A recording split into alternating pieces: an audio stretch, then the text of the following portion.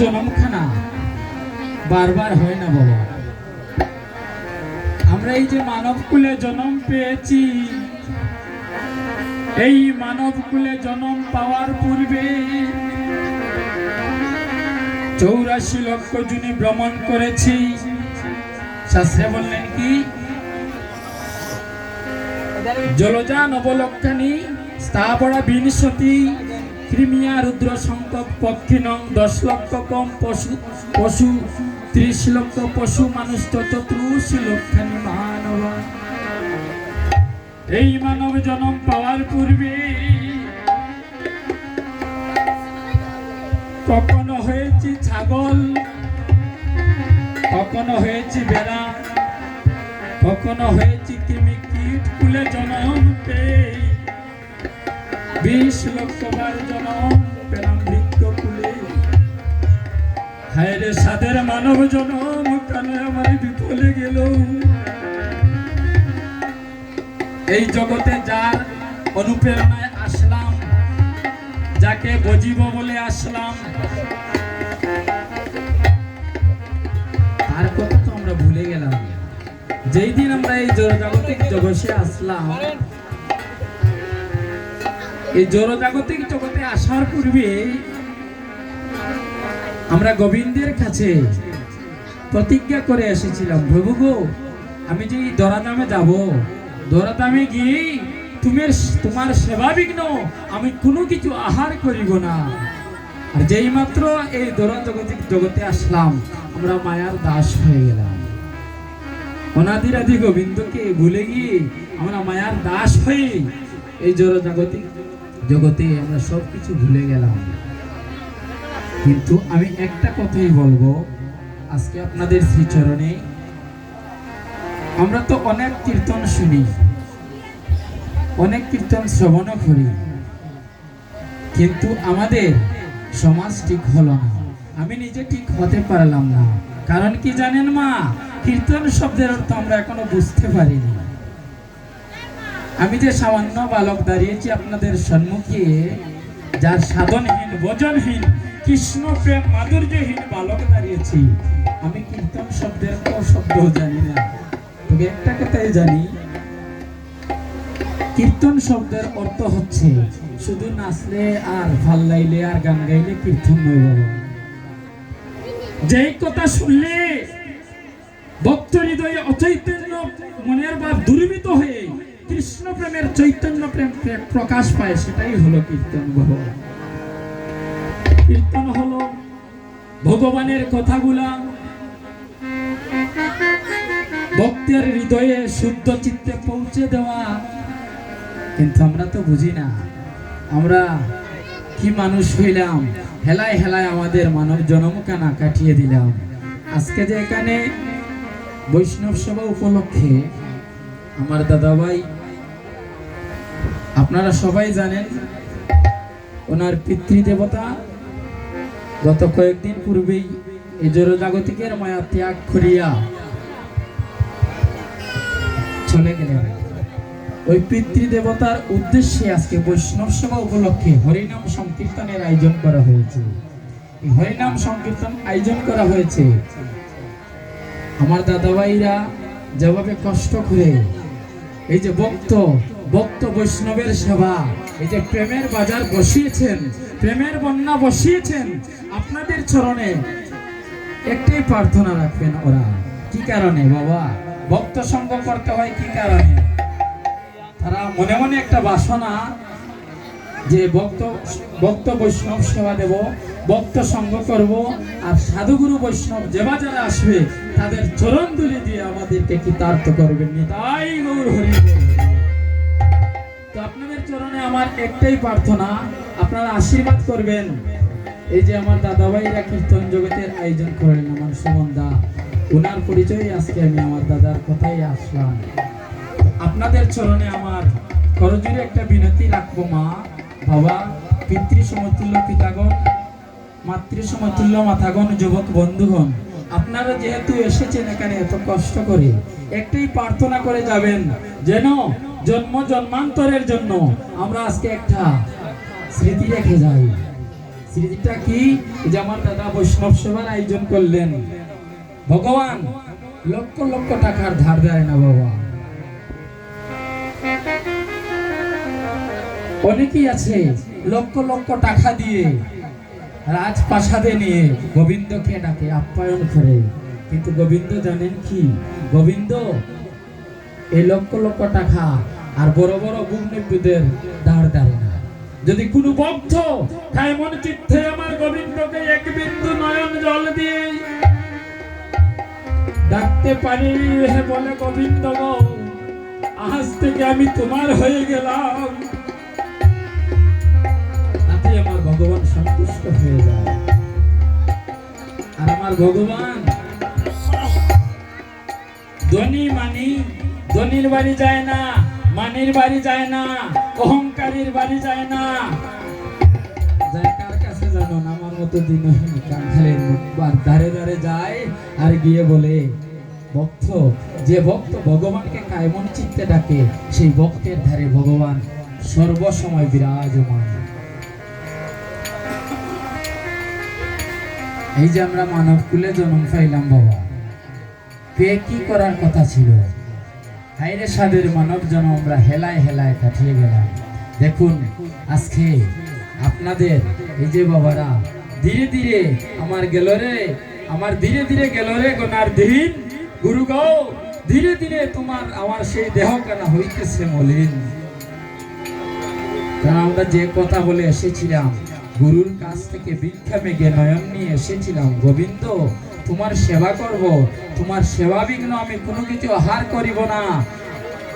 কিন্তু কীর্তন, শুধু কীর্তন গাইলে হবে না, আর ভক্ত সঙ্গ করলে হবে না। ভগবান শব্দের অর্থ কি? ঘরের মধ্যে যদি পিতামাতার সাথে তুমি দুষ্ট ব্যবহার করো, পিতামাতাকে ভালোবাসো না, তাহলে ভগবান তোমাকে ভালোবাসবে না। ভগবান কোথায়? আজকে আমি সাধু সঙ্গ করলাম, ভক্ত সঙ্গ করলাম, পরিবারে গিয়ে বাইয়ে বাইয়ে দ্বন্দ্ব থাকলো, বাইয়ে বাইয়ে মীমাংসা নেই, পিতা পুত্রের কথা শুনলো না। এই যে আজকে আমরা যুবক বন্ধুগণ একটা কথা আপনাদের চরণে রেখে যাব, আমরা যে এই জড়জাগতিক জগতে আসলাম, কার কারণে আসলাম? আজকে যে আমি ডাক্তার হলাম, আজকে যে আমি ইঞ্জিনিয়ার হলাম, কার কারণে হলাম? আমাদের পিছনে যদি আমাদের পিতা মাতা টাকা কষ্ট করে পরিশ্রম করে দিন রাত পরিশ্রম করে টাকা যদি খরচ না করতেন, তাহলে আজকে আমরা ডাক্তার হতাম না, ইঞ্জিনিয়ার হতাম না। শুধু একটা কথাই বলবো, যে বা যারাই যুবক বন্ধুগণ, যুবতী বোনেরা, আপনাদেরকে একটি কথা বলে যাই, পিতামাতার কথা বিন কখনো কোথাও যাবে না। আর যদি পিতামাতার কথার অবাধ্য হয়ে চলে যাও, তো এমন কোনো বস্তু নাই তোমাকে রক্ষা করতে পারবে। আর যে বা যারা পিতামাতার কথা মানিয়া চলে, তাদের কোনো এমন কোনো বস্তু নাই তাকে দ্বিখণ্ডিত করতে পারে। তো আজকে আমরা বৈষ্ণব সেবা উপলক্ষে দাঁড়িয়েছি, হরিনাম সংকীর্তন ভক্ত সঙ্গ, আর আমিও এসেছি আপনাদের চরণ দুলি। যদি কিঞ্চিত মাত্র আমার মস্তকে ধারণ করতে পারি, আমি হয়তো আমার মানব জন্মখানা সার্থক মনে করব। তাই গৌর হরি বল। তো মহাজন একটা গান গাইলেন, কি জানেন বাবা? আমরা তো অনেকেই ধনের গৌরব মানের গৌরব ছাড়তে পারি। সেই ধনের গৌরব মানের গৌরব ছাড়তে গেলে, এই যে আজকে প্রেমের বাজার বসিয়েছে, এখানে যদি যাত্রা গান হইতো, তাহলে এক পাশে নারীগণ থাকতো, এক পাশে পুরুষগণ থাকতো। এটা তো যাত্রা গান নয়, এটা হচ্ছে ভগবানের নাম। যেখানে ভগবানের নাম কথা, নাম গুণাগুণ কথাগুলা শ্রবণ করা হয়, সেটা হয় ভক্ত সঙ্গ। আজকে তো অনেকেই এসেছেন, কেউ কেউ বাই বাই সঙ্গ ধরে, কেউ পিতা পুত্র সঙ্গ ধরে, কিন্তু শিবা সঙ্গনে যেই মাত্র বসলেন, সেখানে হয়ে গেল ভক্ত সঙ্গনী। তাই গৌর এই শ্রীবা সঙ্গনে আসলে সাধু অসাধু হয়ে যায়, সাধু অভক্ত ভক্ত হয়ে যায়। আর এই শ্রীবা সঙ্গনে মহাজন একটা ভাব দিলেন, কি গানের মধ্যে মই বলি,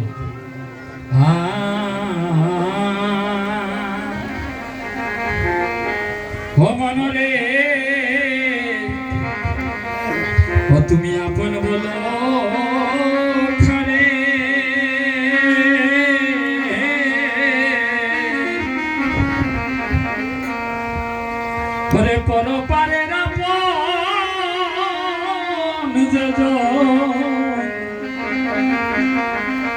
তুমি চিনলে না রে তারে ভমন রে আপন বলো কারে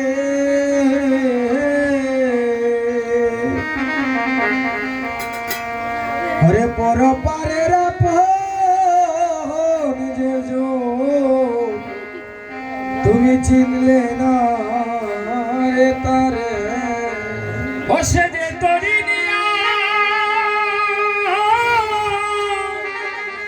বসে আছে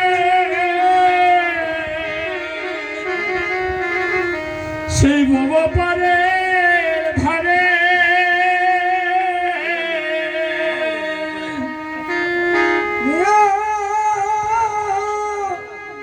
বসে আছে সেই ভব পারে ধারে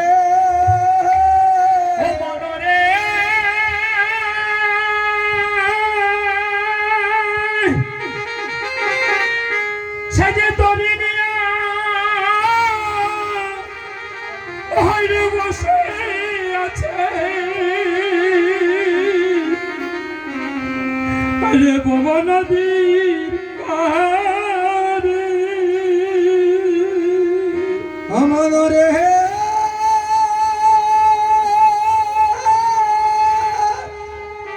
সে যে তরি নিয়া বসে আছে ভব নদীর পারে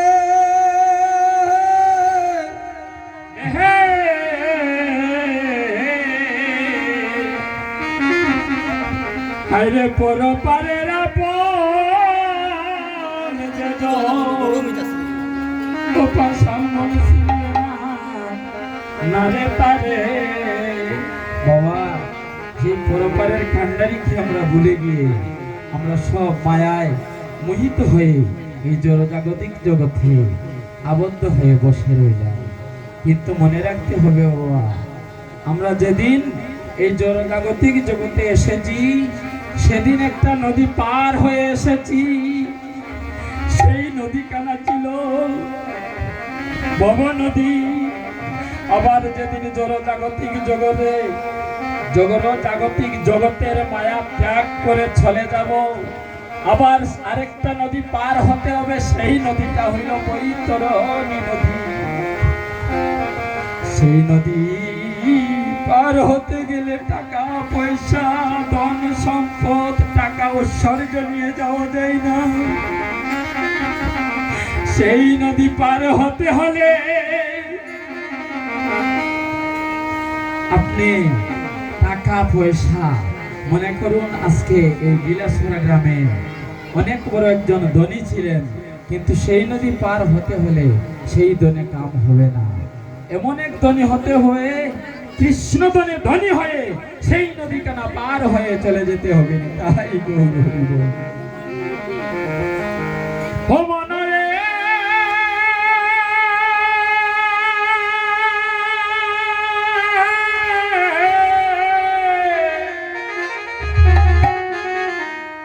বসে যে দড়ি নিয়া